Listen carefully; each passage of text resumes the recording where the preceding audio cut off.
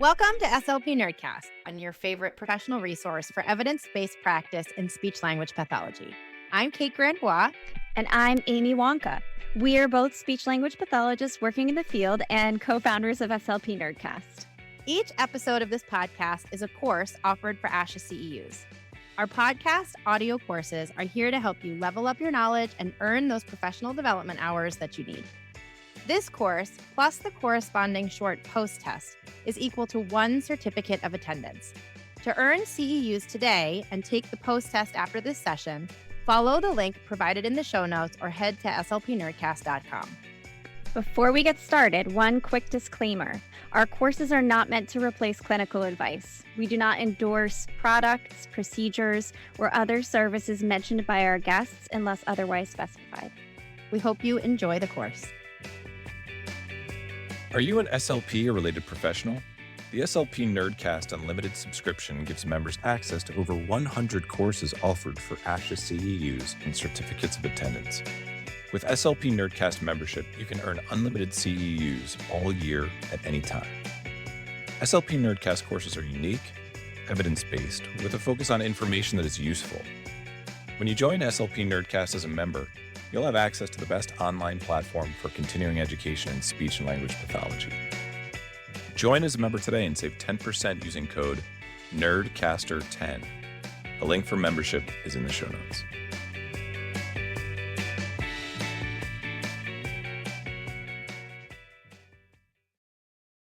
Are you interested in coming onto the podcast to discuss one of your favorite treatment techniques or a piece of research that you particularly love?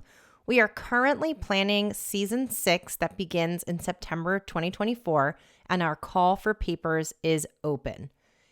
Our call for papers process is what you might find for any other conference or convention. You'll need to submit a topic, a title, a summary of what you're going to discuss, as well as a few references to make sure it's evidence-based. We review all of our submissions in-house in conjunction with our advisory board, who bring outside expertise to the table. Our goal is to replicate the peer review process as closely as possible. If you're interested in joining us on the show, please consider submitting a call for papers proposal. The link for submission is in our bio. You can also find it on our website at www.slpnerdcast.com. This year's call for papers will close on March 4th, 2024. We can't wait to learn from so many of you in season 6, and we really look forward to reviewing all of your submissions. Hello, everyone. Welcome to SLP Nerdcast. I'm without my co-host, Amy Wonka, today, but I'm not alone. Today, I have the pleasure of welcoming Martin Holland. Welcome, Martin. Hi, Kate. How are you? I am wonderful. I'm really excited for today's conversation. I have a little story to tell about how we met and how you came to be a guest on our podcast. But first, I was wondering if you could tell our listeners a little bit about yourself. Well, thank you for that opportunity. First of all, I'm thrilled to be here. I was telling you beforehand, I have a passion for numbers and a soft spot for speech language pathologists. My wife is a SLP and has a clinic. She now has 26 therapists. She's magnificent. So this is melding 2 of my favorite things. And I hope I do a good job and am useful to people. About me, just quickly, I've been in business for 49 years. I started 8 companies, 2 of them failed, sold 4 of them, still work with 2. I'm currently a business coach because after selling my last company, I thought, I don't want to do this again. This is really, really hard, right? And maybe I can be useful to other people through my experience and what I've learned over the years. Took a couple of years to learn how to be a coach. But it's worked out just the way I thought. It is also melding a couple of my passions, which is helping other people. That's my entire purpose in life, particularly business people, because that's where I'm suited to help people. And also, I'm passionate about helping people, but I'm really thrilled when I get paid to do that, right?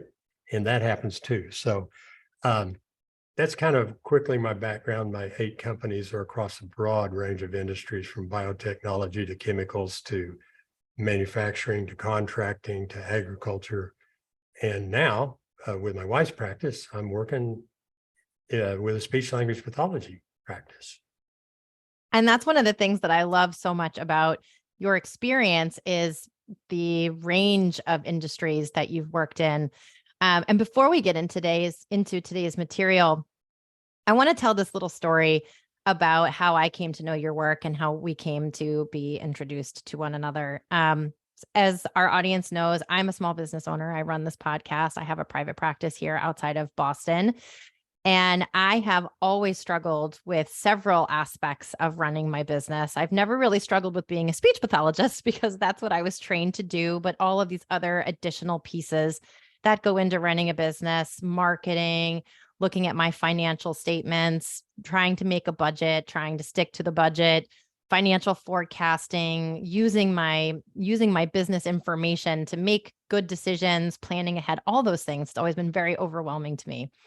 And about a year ago, a little over a year ago, we're recording this in June of 2023. So this was probably April 2022. I was at a family dinner and I was having a conversation with my brother-in-law, who is also self-employed in a totally different industry than me.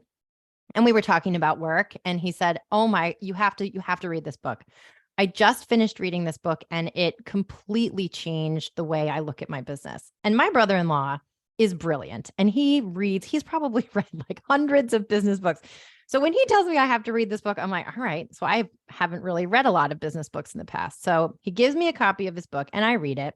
And the way I describe this book, which is your book, is it's like a beach read for numbers. This book, I understood it. I understood for the first time so many components of running my business. And I had my own little nerdy fangirl moment over this book. And so I looked you up and I connected with, I looked you up.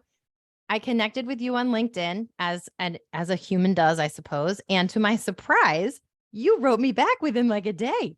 You wrote me this nice little message that said, "I thank you so much for the connection. Are you a speech language pathologist?" And I thought, oh, I felt so special. I thought, oh my goodness, this brilliant person who wrote this amazing book knows what speech pathology is. And then of course, you told me about your wife and you were so generous with your time and we had a few phone calls and I've just learned so much from you.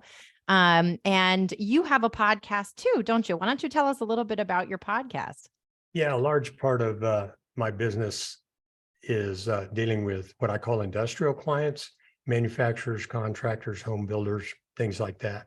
So we have a podcast called The Cash Flow Contractor. We've got 162 episodes up. And I was telling you this morning, Kate, that what did I call it? Listen, our technical person found this, but we're ranked in the top 10% globally for podcasts by listennotes.com. And I'm encouraging you to look it up because you're going to be way up there too. I know you will be. So I hope so. My fingers are crossed. It's been a lot of fun. I mean, I learned more probably from our podcast than anybody. I mean, we get to interview all kinds of people and we do some internally to explain concepts, but thanks for bringing it up. The Cash Flow Contractor. And podcasting is its own whole world that we could talk about for a million years. And I'm really excited to dive into what you've put in your book and how it can be applied to the field of speech pathology. So let me get into covering some of our boring housekeeping things. I need to read our learning objectives and then our financial and non-financial disclosures, and then we'll just dive right into it. All right. Learning objective number 1, describe why keeping accurate accounting books is important to building a private practice. Learning objective number 2, list at least 2 strategies to improve bookkeeping without a background in accounting. And learning objective number 3, define break-even and how it is relevant to private practice. Financial disclosures, Martin Holland's Financial Disclosures. Martin is the author of a book titled The Profit Problem. They say I make money, so why don't I have any? Martin also runs a business coaching firm called Anil Business Coaching. Martin's non-financial disclosures, Martin has no non-financial relationships to disclose. My financial disclosures, I am the owner and founder of Grand Bois Therapy and Consulting, LLC, and co-founder of SLP Nerdcast. My non-financial disclosures, I'm a member of ASHA SIG 12 and serve on the AAC advisory group for Massachusetts Advocates for Children. I'm also a member of the Berkshire Association for Behavior Analysis and Therapy. All right, boring stuff is over. Let's jump right in. Why don't you start off by telling us a little bit about what accounting even is? Why should we care? Well, let me answer why you should care first. Okay. Begin with the why makes it a lot easier. Jim Rohn says, if the prize is apparent, the price is easy, right? So if there's a reason, maybe it won't be so hard. But I suggest that anybody listening to this who's in business already understands why they need good books. They may not recognize it as such, but those sleepless nights where you're wondering, I thought, can I hire somebody? I rented this building. What do I have to do to be able to pay for it? We've got a lot of sessions, but I don't have any money. Oh man, there's a payroll deposit due. All these questions that keep people awake. That's what a business accounting and bookkeeping is intended to resolve. And I like to throw this in there because I like history, but the problems that you confront concerning those types of issues are timeless. Bookkeeping was invented in the 1200s. That means that in the Christmas story, Dr. Scrooge Cratchit was keeping books, right? That's later in the 1200s, but in the 1200s, the original bookkeepers were keeping books while their neighbors were dying from bubonic plague.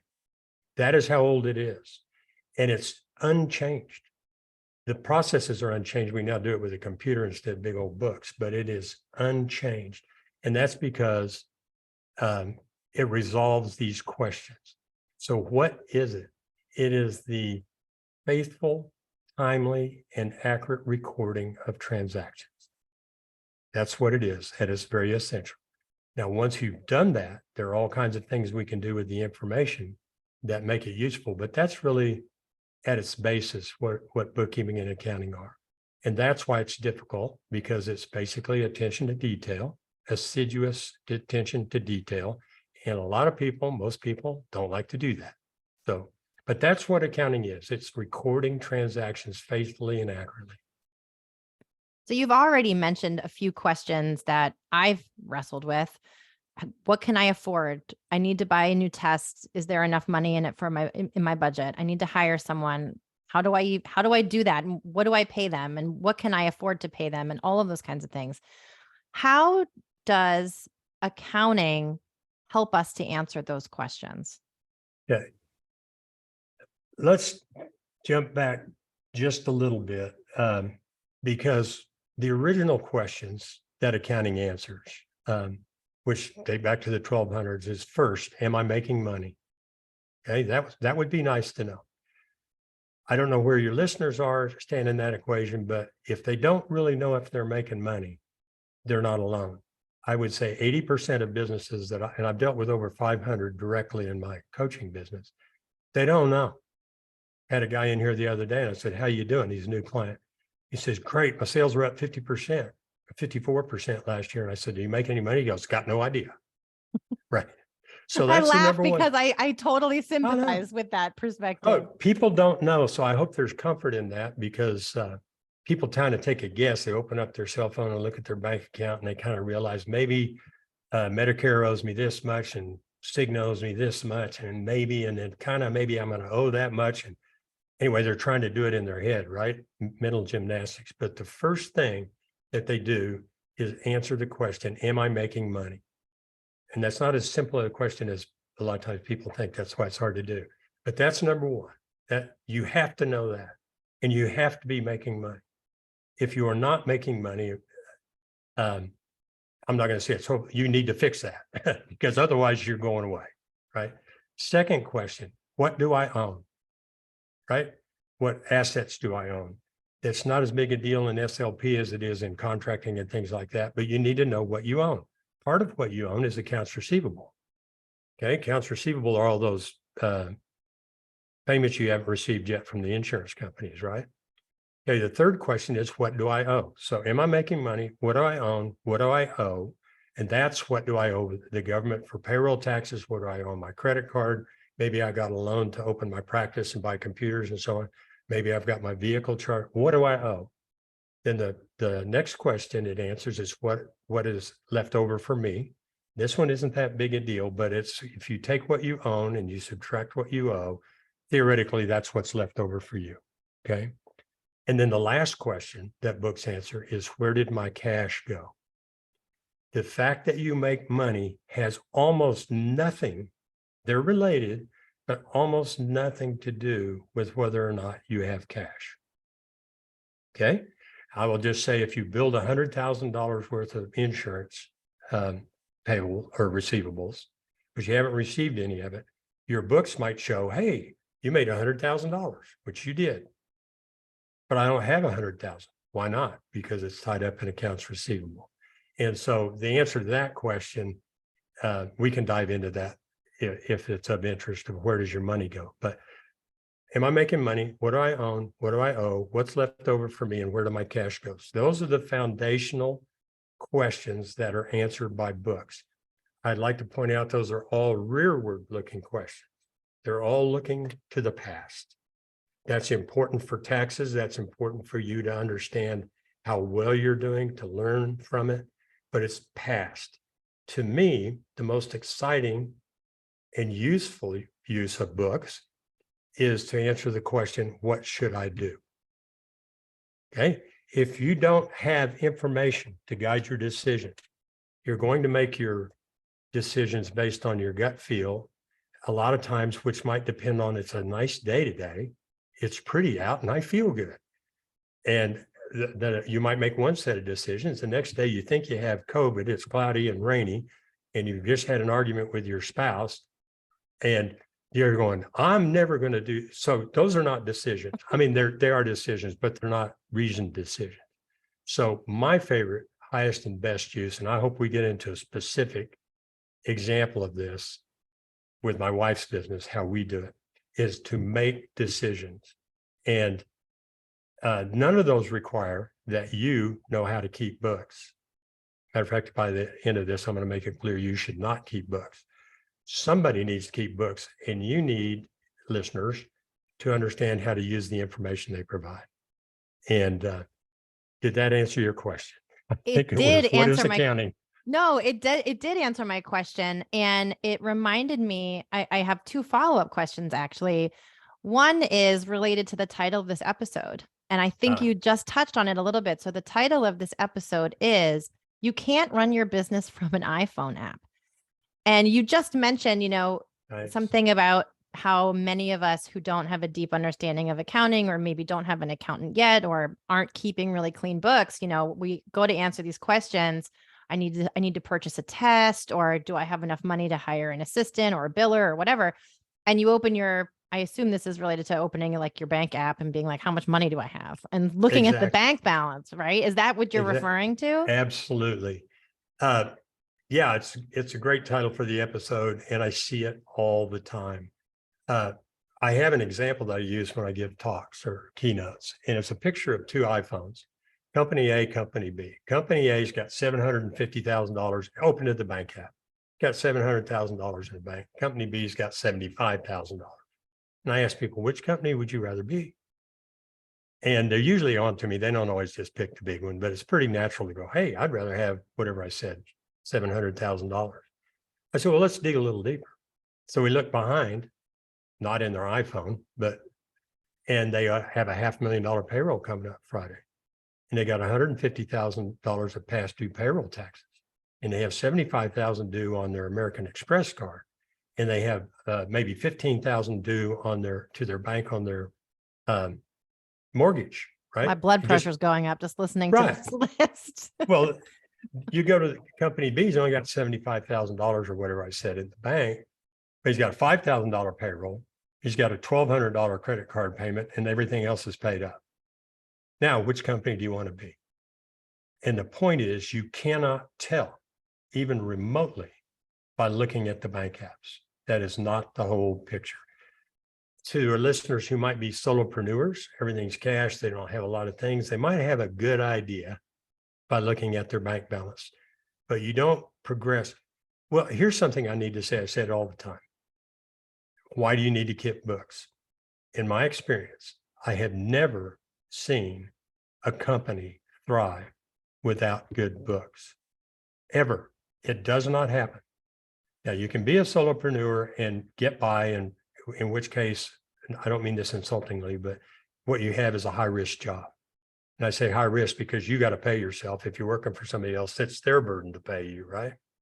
But books, I've never seen a company grow and thrive without good books. They either start with them or they implement them when they come to the realization that I can't go further without them. And that's just a major, there's a great quote I read the other day. It said, if the books are a mess, so is everything else. That's a great quote. And that refers to kind of the discipline and that go along with the books, but that's true also. So there's your reason, if nothing else. If you want to thrive in business, you're going to have to deal with it. Something else that you said earlier was related to the importance of cash and accounts receivable. And anybody who's listening who maybe doesn't have a good accounting background, accounts receivable is the money that you're expecting but don't have yet, right? So Right. if you take insurance, the claims that are being processed, or the invoices that you've sent out to private pay clients and they just haven't paid you yet. So the money that you're expecting. One of the things that you say pretty free, or one of my big takeaways from your book was cash is king. Yeah. Can you tell us a little bit about why cash is king? Well, because you cannot settle any transaction without cash, ultimately. And I have in my book, and I don't want to belabor this too much, but the cycle of business. And to start a business, you need cash. There are two ways to get it. You borrow it or you invest it. Use the cash to buy assets, which are things you own, which would be your tests, your materials, your computers, the furniture in your offices, your setup. So you buy assets, use the assets to generate sales, which in SLP is generally insurance or private pay, from which you hope you have a margin, which we're going to talk about, which is enough to pay your overhead, which we'll talk about, and you generate a profit. Woohoo, I generated a profit. And you must do that. But so what?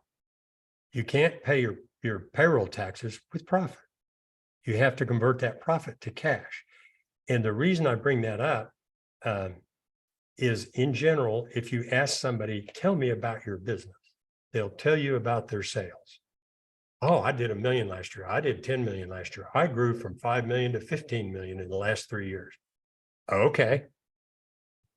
Did you make any money? I don't know. Well, I think so. Looks pretty good. I don't know. How's the cash doing? Ooh, don't want to talk about cash. Okay. So I will mention this in passing because it may be useful, but if you make a profit and you do not have cash, there are only 4 reasons for that. And the benefit of knowing what the reasons that you might make a profit and not have cash are is, if you identify the problem, you can take action to correct it, right? So those 4 reasons are: 1, we've already discussed, you haven't been paid yet. So I make a profit because I billed $1 million, but I have $1 million in accounts receivable. So I don't have the money yet. I have a profit, but not the money. Second thing is, you use the money to buy assets.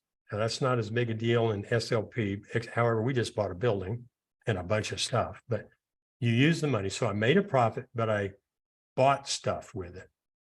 And non-expenses, assets are not expenses. That's a subtlety, but I bought assets with it.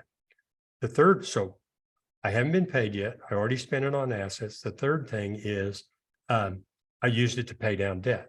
So I made $100,000, but I owe my bank $1 million and I paid them 100, right? So you made money, but you don't have the cash. And the fourth reason is you took it in draws. When you take money out of your business, not as a salary you get paid for working in your business. Draws and distributions are what you get paid for taking the risk of owning a business. The money that you take out as draws does not affect your profit because it's not an expense, but it does affect your cash. So if there are people out there who make a profit, strongly believe they make a profit, have books that tell them to make a profit, but they don't have any cash, it's going to be one or a combination of those 4 reasons. And that's where you go to start improving things. Did that answer your question about cash? It did. And, it brings me back to the importance of understanding your books. And first of all, having books to begin with. Right. And I want to address this before we get into, you've already brought up so many things that I want to get to, like overhead, margins, break even, the example that you brought up with your wife of how you use the information you have to Right. to look forward and plan some of those things out. But before we get to that, for people who are listening, who this is the first time they're understanding what accounts receivable is, or they are solopreneurs and they're managing their business from their banking app, or someone who is just starting out. If someone doesn't have the experience with QuickBooks or experience with accounting and maybe doesn't quite have a grasp around this, where would you suggest that they begin, even if they don't necessarily have the capital to hire an accountant? And again, this is one of the reasons why I loved your book, because you have a chapter called Financial Statements Explained Without Numbers or Math. Right. So conceptually, what do you do when you're at the beginning of this journey? Well, there are certain sine qua nons, without which not. Mm-hmm. And books is one of them. So if you can't afford books, as we say in Oklahoma, save up a little bit before you start your business. And then I do make it clear, or I try to make it clear, you should not keep your books. As we were talking before, bookkeeping, I hope I don't belittle, or this isn't negative towards SLPs, because I huge respect for what you know and learn and experience. But I will say that bookkeeping and accounting is as complicated as speech language pathology. You can get PhDs in both subjects, right? So most people trying to do their own books would be like me going in and say, well, I've watched Diane do this we've been married 45 years. For 45 years, I ought to be able to work with that apraxia. Actually, I know that word. I'm not even sure what it is. Well, I can't do it. So where you start is you can find a bookkeeper. I mean, all sorts of different ways to do it. And QuickBooks, something like that might cost you $50, $75 a month. You can hook it up with your banks and it downloads the transaction, not you, them, and they just get started. Okay, $300 a month, maybe. It's as important as rent, and especially if you start out doing it. If you've been in business 10 years and you decide you want to make your books right, it can be expensive. So that's how I suggest they start, is that they realize, nope, this is one of the prerequisites to being in business. I'm going to do it, going to find a bookkeeper, and we're going to start. And then you will at least have that information, which you can rearrange and things later, but you will have it recorded. And I want to add one thing to that, just from my own mistakes. I'm having owned a business for about 15 years. Having a really good fundamental understanding of what your books can tell you, I think, is another missing piece, because I kept books by myself for a few years. I've had an accountant for probably 10 out of the 15 years I've been in business. But it was only in the last year or so, maybe 2 years, that I understood how to use them, or understood what some of the fundamental components were. So my only addition to that, for anyone listening who is sort of new to business or wanting to learn more about business, is taking the time. In speech pathology, we spend a lot of our professional development learning about clinical issues or different treatment techniques, but taking a minute to do continuing education like this podcast, or like reading your book, or some other professional development about some of the edges of business, just to understand a little bit of those foundational pieces, can be an incredibly helpful strategy in moving through the business process. Right. Would you agree? Oh, 100%. The one thing I would say is there will take some, just like when you were in your CF year, right? Or doing whatever you call that beforehand, where you go visit places, you're a speech pathology or a speech pathologist, but there's a whole lot you don't know. And there's a whole lot that you know, but you didn't realize you knew, right? Yep. Well, it's going to be the same with books, but get started with the books. Let them be there. You don't have to, the day you start, understand the subtleties that can come over time. And if we were sitting here today, I do want to use some examples to incentivize people. But if I were to get into some of the real subtleties today, I'd be giving you answers that you hadn't asked the question about yet. there will come a time in your practice, if in your in the business side of your practice, where you're going, I wonder if I could understand this, or how I could know that, or what information. Aha, now you've asked the question. Now let's go look for the answers, and you have a place to look because you've been recording data, right? It's rather than just sitting there going, man, I wish I could find that out. So that's why I say get a bookkeeper to start for you. Even if you don't understand it, that will come over time. I think that that's great advice. Let's talk a little bit about, now that we understand the incredible importance of why we should keep books, how we can begin to keep books, where we can find additional information about understanding the books that we keep. Let's talk a little bit about the forward thinking aspect. And I know that there is a lot that goes into this. And we've got a whole half hour left to talk about this, because I know we could talk about it. You have a whole book about it. Do you think it's best for us to really start first talking about overhead, and then how that translates into looking at what a margin is? Because that's our last learning objective. Yeah, I think so. Well, let's just talk about when you talk about overhead, you're talking about expense. And let's just look at the financial statement that deals with income and expense. It's the profit and loss, P&L, income statement, whatever it's the one where it shows how much money you brought in as income and how much money that went out as expenses. And the difference between the two, if it's a positive number, it's a profit. If it's a negative number, meaning the expenses were more than the income, it's a loss. Okay. Pretty pedestrian stuff, and interesting and useful for paying taxes. Not really useful to run a business. And when I was thinking about doing this, I'm thinking, boy, we've got practitioners out there who do business a lot of different ways. I'm going to discuss it the way Diane does it.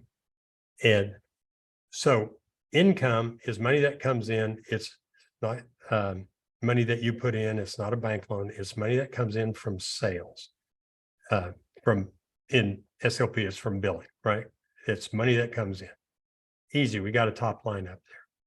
The money that goes out in expense can be divided into two types. One is variable expense, and the other is fixed expense. Okay, so what's that mean?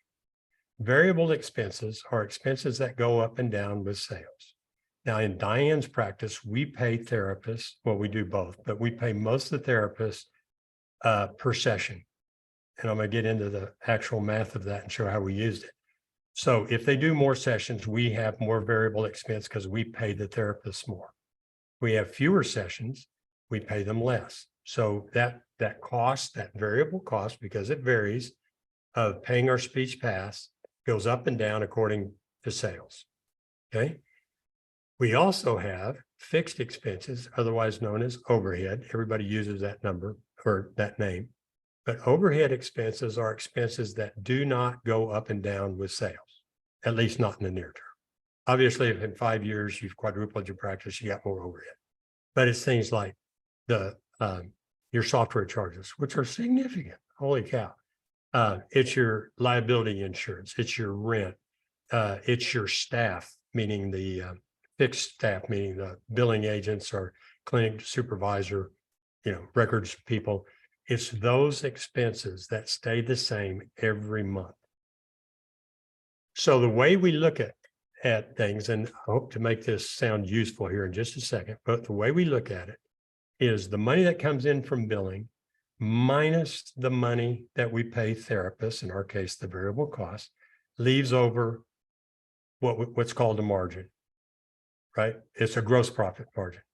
And the way I like to think about it is it's our share of the sales dollar.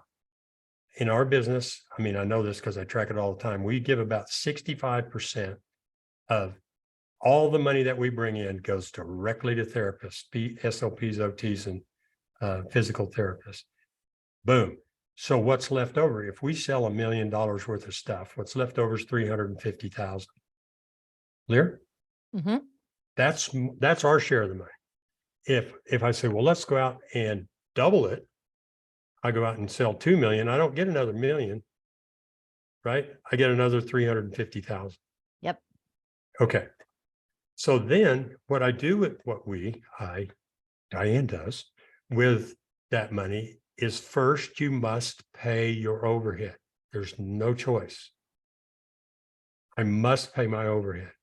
When I've earned enough margin to pay my overhead, I've reached what we call break even, overall break even. Okay. If I ask people generally, I don't want to go too far in the weeds, but I'll just throw it out there. If I ask people generally, looking at their profit loss statement, I say, how much do you have to sell to break even? They usually tell me the total expense number, and that's not right. And I won't go in, the math is in the book, But I want to unpack this a little bit, because the concept of break even was a mind-blowing realization for me. And as a matter of fact, my brother-in-law, when he handed me the book, said, text me when you get to break even. And I just texted him the brain explosion emoji, and he texted back the brain explosion emoji. because man, I love you guys. I love your whole family. I love it. Hey, so Man. we really nerded out over this concept. And it's really, really important. At least I gleaned from your book how important it is in terms of the health of a business and how you make plans and how you manage things. So I want to go through it again, maybe with one more example, because it was something that it was hard for me to wrap my head around as a person without a lot of accounting background. Well, this is where it gets a little difficult. I don't know how some people love this stuff. Some people go, I don't get it, but this is an important part. We said, if at our practice, we sell 100,000 or 1 million, we pay 650,000 to the therapist, which leaves 350,000 for us. That 350,000 is 35% of 1 million. So the advantage of doing that is saying for every dollar I sell, I get 35 cents. Okay. So break even, this is the math of it. The break even is I'm just going to use 100,000. Yeah. Good round numbers. Yeah. This is what's really helpful. It winds up, I'm going to say if my overhead, my office rent, my office staff, which are paid the same amount every month, my software costs and all that stuff, insurance is 100,000. I divide that number by 35 cents, by 0.35. Okay, because I get 35 cents. I don't get $1. I get 35 cents after paid those therapists. They're paid. I get 35 cents. I divide 100,000 by 0.35, 35 cents, and I get 285,000. That's how much I have to sell to break even. And that's only one kind of break even. That's to break even where I haven't made a profit and I haven't made a loss. Profit and loss statement, bottom line would be 0.0. Okay, that's just the beginning of how to use it. But that is the absolute minimum that you must do. If you don't know that, it's likely that you're going to take the foot off. Well, I'm going to tell a story that I tell in the book. It's not really a story. It's a statement I make frequently. Most of us go to work on the first of the month and every day thereafter thinking, hey, I'm making a little money. My employees are making a little money. My landlord's making a little money. My insurance making a little money. My supplier, everybody's making a little money today. No. Everybody might be making a little revenue, but you are not making any money at all. In this case, until you hit 285,000. Only then and only then does the next dollar of sales give you a 35-cent profit. I hope people see how I got that. There's 35 cents from each dollar. So when I've used enough of them to pay all the bills, the next dollar is 35 cents. Next dollar after that's another 35, right? So the danger in thinking everybody's making a little money today is that if you don't break even till the 28th of the month, you better not go fishing on the 29th because you've blown your last opportunity to make money before all those monthly bills reset. And this is such a critically important component of planning, at least for me. I used to think of my books as sort of the way you described it. Oh, well, money's coming in. We're making money because I have money in my bank account, right? But thinking of it more as a well, that was the visual that came. So I have a deficit until I get a certain number of visits. The guy who originally taught me break-even's only been around since 1964. So, which is old, but not compared to 1200, right? The guy who originally explained it to me was a consultant to my father in his business, and I was lucky to be sitting at the table with him. And he used a well as the Look example. at that. Perfect. Yeah, you got to fill that well up to get to even. Now it starts piling up on top. Then the whole thing drains out again when you start next month and you have another rent, another salary due, all that. Then you got to fill the well again. Okay. Right. So that's one form of break even. I hope we have the idea of margin is my share of the dollar. First have to pay overhead. Once I've done that, it begins accumulated profit. Now let's say you want to move your facility to a new location that costs $5,000 a month more. So $5,000 divided by 0.35. You've got to sell 14,000. You got where I got that. Took 5,000 increase in overhead, divided it by 35 cents and said, I got to do $14,000 more in sales just to pay for that Right. $5,000 increase. Now you have some information. Is that reasonable? I mean, literally, I'm going to go through our decision to move to this building and so on. And that was one of the considerations. What can we really do in there? Can I do 50,000 out of there? Okay. 50,000 times 35% is like $170,000. Yeah, I can pay 5 and bring in 170 or 75, right?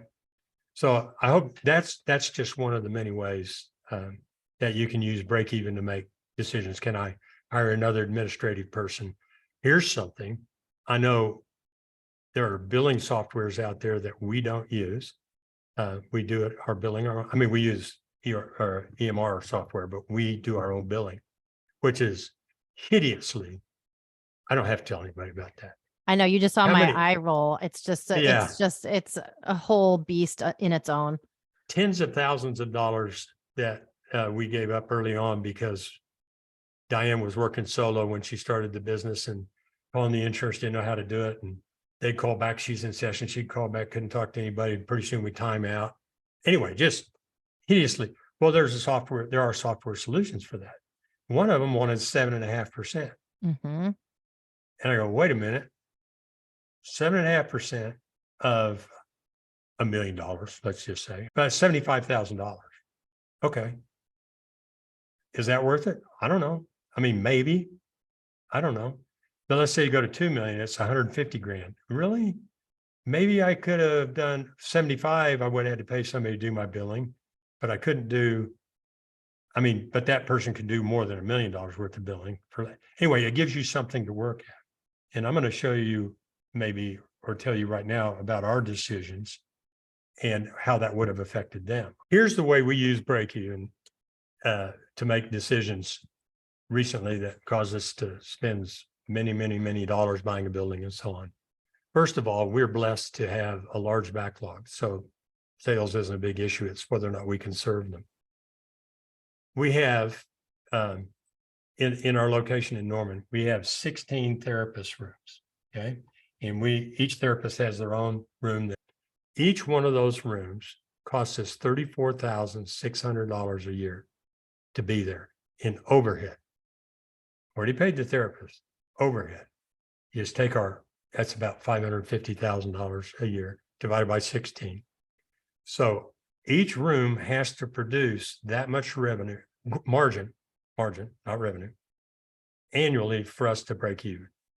Okay. Now let me tell you how we use that. Down here with payroll tax and so on, we get $25 per session. That's our revenue. That's our 35 cents, so $25 per session. 34,600 is what a room costs, divided by $25 is 1,384 sessions a year. Even watching you do math makes me feel nervous. for those of us without financial backgrounds, I think that this is such a critically important exercise, because how can you have a healthy business without doing all of these little equations? And what we all, and if you can't do them, people don't like it. And I say, okay, don't like it, but get somebody to help you. Diane doesn't like it, but boy, she's got about 5 or 6 numbers. And when we talk about those, she's really into it. And then when I wax on poetic, like I'm doing with you, she goes, time out. It makes me very nervous. I got to go water the geraniums. I'll be back in. Right. But we have to do 18 sessions a week. Have to pay the bills. But that is the absolute minimum that our therapists have to do. But that's how we use break even on almost everything. And we're looking at another location. And it still boils down to, can we get the therapists, of course? What do we have to produce? I'm keenly aware that a large part of the population wants a work-life balance, right? Diane's vision for her company is to be the clinic of choice for moms and the clinic of choice for the finest SLPs. That's what she lives for. So we're trying to balance that. There is a level that you have to do for the company to survive. And I want to pause and talk a little bit about that. You probably saw me rustling around on my desk looking for an article. I couldn't find it, but I Googled it. This concept of the idea that making money equals greed, or the concept of needing to worry about the bottom line means that, there are components of being an evil corporation trying to shove all the dollars in your pockets, right? I think that's a very common theme in our American culture. And I don't want to get into that because that's like a whole other hour-long conversation about corporate greed. But there is an article. This is part of my professional development that I've been learning over the last year. I gleaned some of it from your book, and I've gleaned some of it from implementation science, which is a new sort of branch of study in our field. And there is one article in particular that I want to highlight here that I highly recommend anybody in business read, and it's called Market Viability, a Neglected Concept in Implementation Science. And the study of implementation science is the study of how our research is implemented. So what research exists out there that we can actually implement in real world settings to make an impact. So this, research practice gap, how are we using the knowledge that we have to treat our patients? And I swear I'm going to get to a point and sort of marry all these concepts together here. That's fascinating. This article for me, in combination with how you would address this in your book, Market Viability, a Neglected Concept in Implementation Science, really unpacks the idea that if you don't have a healthy business, if you don't have money to pay your employees, if you don't have a good calculated margin to reinvest in the materials that you need, in the building that you need, in the sensory equipment that your clients need, if you don't have a good understanding of the market that your product is going into, then you can't do good work. You can't contribute to your community. You can't help your patients. You can't apply the most updated treatments to an entire population or to an entire community. And I think it's really important to sort of zoom all the way out and acknowledge that worrying about your budget, worrying about, calculating your margin, understanding that you have a well to fill, understanding that nobody volunteers. Everybody needs to be able to take home a paycheck to their families or to, have housing and to buy food. All of these things are real world problems. And it doesn't necessarily mean that you're being, as you mentioned earlier, there aren't necessarily components of greed in this. These are necessary components of science. These are necessary components of healthcare. These are necessary components of effective treatment. And there is this really important marriage between business knowledge, market viability, and science that has to happen for good things to happen for other people. There are components of altruism in this conversation. Be philanthropic if you don't make a profit. Yes. So profit is not evil, is I think the point that I'm trying to make. I've got a chapter in the book. It is your responsibility. Okay. Look, if you say it's bad to make a profit, what you're saying is that every penny we bring in, we need to pay out to the software guys, the utility bill, the engine. If I make any more than that, it's bad. It's not. But people who haven't been around business, people who've been around business a long time, often begin to wonder, how do I ever benefit from profit? Because the profit's tied up in accounts receivable. It's tied up in our down payment on this building that we bought. It's tied up in all the things that I told you about in growing. We give 65% of our revenue to our therapists. That's not to mention the staff people and so on. 90%, 85% of what we bring in goes out to support people. If I don't make a profit, I'm not there. Let those people go, right? And here's one thing that I really but I like to make this point. Everybody makes a profit. Everybody. If you're working for somebody and it costs you more to go to work than you get paid when you get there, you quit going. You have to make a profit in order to support yourself outside of work. Everybody does that. Everybody. I mean, it's part of our soul. I won't go there. It's not worth it, right? Everybody has to make a profit, right? So profit is, things can't work. Everybody lives that way, but they don't transfer it to a bigger picture and say, hey, really? I won't go to work if I don't make a profit.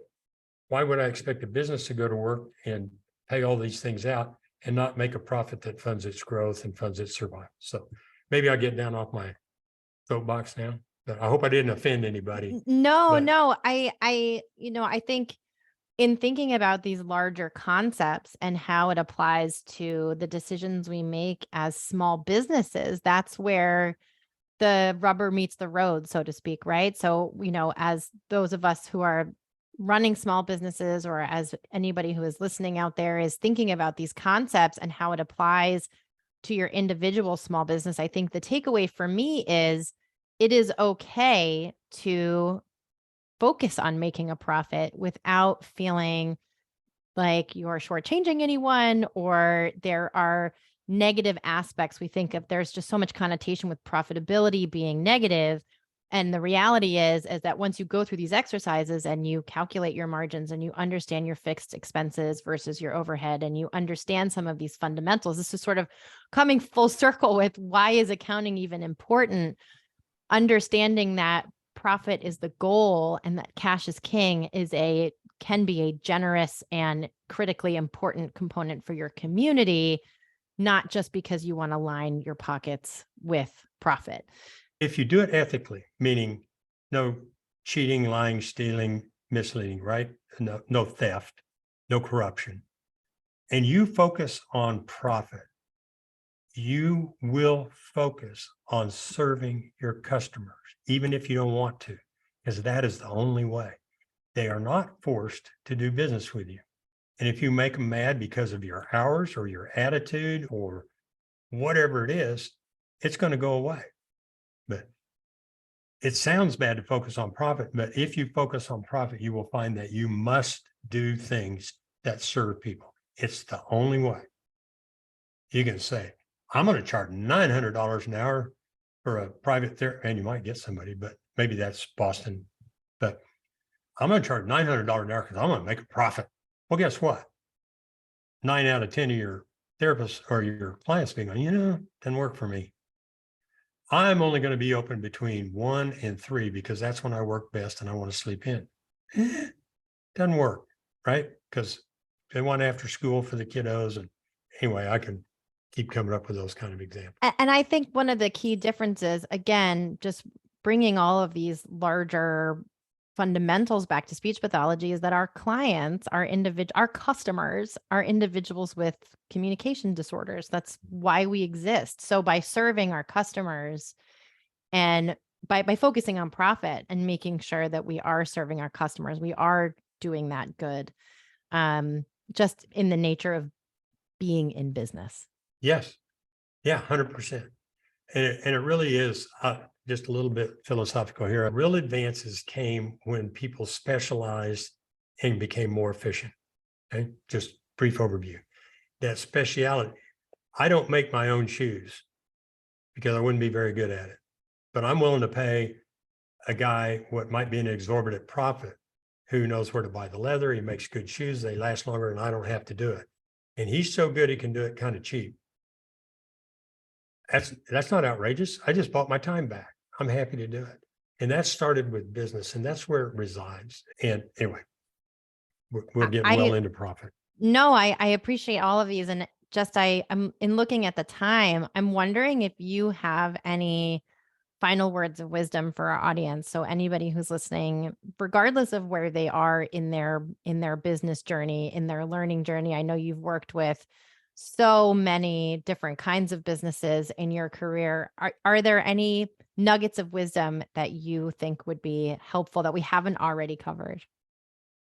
Well, two things. Don't know if it qualifies as wisdom, but in my experience of my own businesses and my 500 clients, I found that all businesses are unique, but all businesses are the same, right?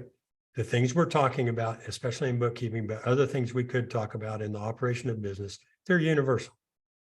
There's no question that retailing is different than SLP, but that's only a fraction of your business, right? The second thing is, I mentioned the sword of Damocles. I'm going to presume people know what that is, but the sword of Damocles was a No, I've never heard of it. king. Okay, it's important because you're living it.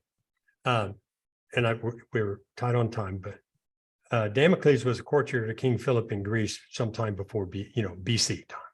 And he was saying, "Oh, the king, you've got it so good. You can have anything you want, anytime you want."